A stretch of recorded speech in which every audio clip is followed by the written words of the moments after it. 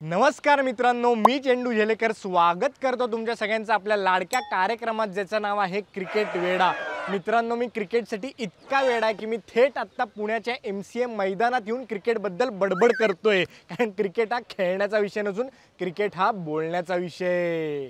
मागच्या सामन्यात भारतीय संघाने पाकिस्तानवर एक दणदणीत विजय मिळवला व पाकिस्तानच्या सर्व खेळाडूंना बॅटिंग देऊन आलेल्या पाहुण्यांचा आदरातिथ्य कसं करावं याचा एक उत्तम नमुना प्रस्तुत केला। पाकिस्तानच्या खेळाडूंना आपण पाकिस्तानच्या बाहेर आलो आहोत असं वाटू नये म्हणून रोहित शर्माने आपल्या बॅटीमधूनच जोरजोरात बॉम्ब फोडले। पाकिस्तानचा कोच मॅच हरल्यानंतर म्हणाला की हा इव्हेंट आम्हाला BCCIचा वाटला, हा इव्हेंट कुठल्याच अँगलनी आम्हाला ICCचा वाटला नाही।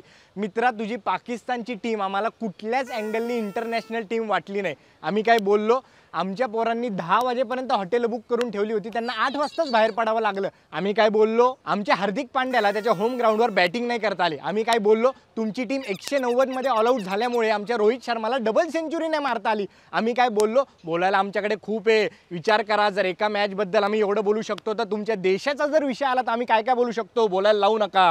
वळूयात आता पुढच्या सामन्याकडे, जो की ह्याच पुण्याच्या MCA स्टेडियमवर होणार आहे, भारत विरुद्ध बांगलादेश।